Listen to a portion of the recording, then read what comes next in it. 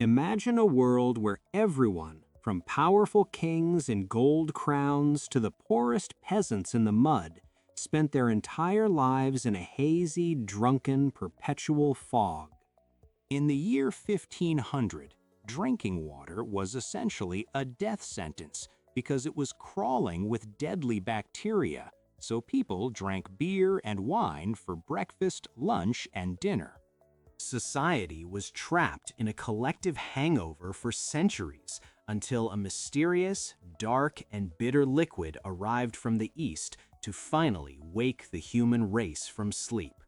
The legend begins in the high, misty plateaus of Ethiopia with a young goat herder named Kaldi, who noticed his animals were acting very strange after eating red berries.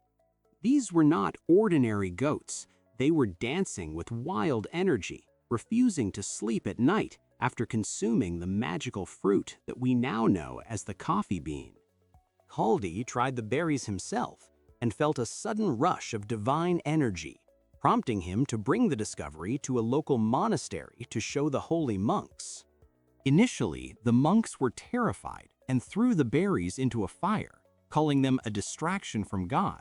But the heavenly aroma of roasting beans changed their minds. In the 15th century, Sufi monks in Yemen began using this black water to stay awake during intense, late-night prayer marathons, finding it helped them reach spiritual focus. They called the drink kawa, which originally meant wine, but this new wine didn't steal your senses. It sharpened them like a blade, turning men into brilliant thinkers overnight. Soon, coffee spread to the grand cities of the Ottoman Empire, where the very first coffee houses were established, creating a brand new social space for men to gather. These places were called schools of the wise because, unlike the violent brawls found in alcohol taverns, coffee houses were filled with chess, music, and deep political debate. European travelers who visited the East were shocked to see people drinking a black broth made of soot that allowed them to talk for hours without getting tired.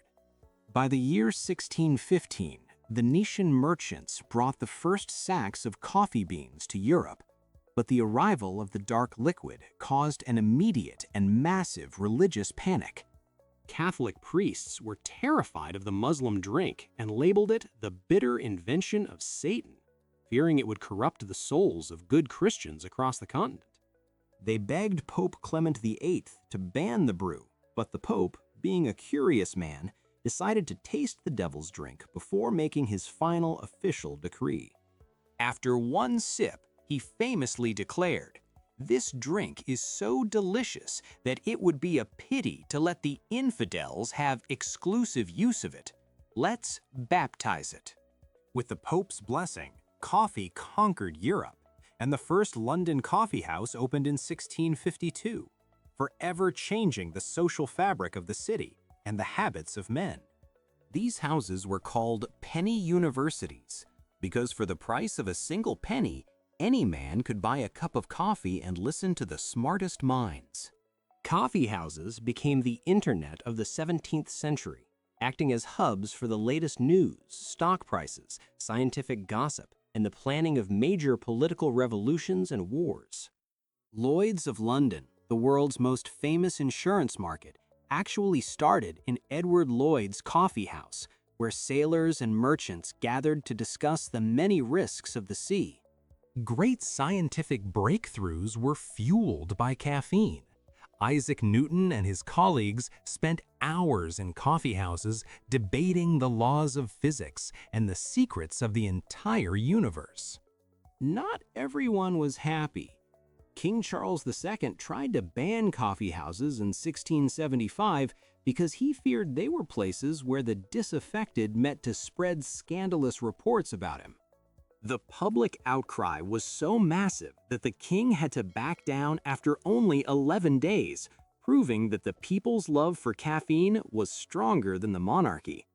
In Prussia, Frederick the Great also tried to stop the coffee craze, urging his citizens to drink beer instead, claiming that coffee-drinking soldiers were not reliable in battle. He even hired coffee sniffers to roam the streets and detect the smell of illegal roasting beans. But the smell of progress was simply too strong to be stopped. Across the ocean, the Boston Tea Party made coffee a patriotic duty for Americans as they rejected British tea in favor of the bean that fueled their revolutionary spirit. As demand exploded, coffee became the fuel of the global economy, and European empires raced to create massive plantations in their colonies in Java, Brazil, and the Caribbean. This expansion had a dark and bitter side, as the Enlightenment enjoyed in Europe was built on the back of brutal slave labor in the Americas and South Asia. By the 19th century, coffee moved from the elite salons to the factory floor, becoming the essential fuel of the Industrial Revolution, keeping workers alert for long hours. In 1901, the first commercial espresso machine was invented in Italy because workers needed a faster way to get their caffeine fix without taking long, unproductive breaks. World War II popularized instant coffee, as soldiers in the trenches relied on G.I. Joe's brew to stay awake during the most dangerous nights of the global conflict. Today, coffee is the second most traded commodity on Earth, following only oil, with over 2 billion cups consumed every single day by people in every corner of the world. We have transformed a simple red berry into a massive global industry, from the humble Italian espresso bar to the giant green logos of modern international coffee chains.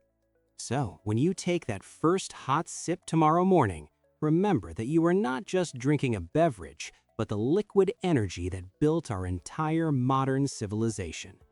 From dancing goats to the Age of Enlightenment, coffee remains the most legal and beloved drug in history, keeping the world's heart beating one dark, delicious cup at a time.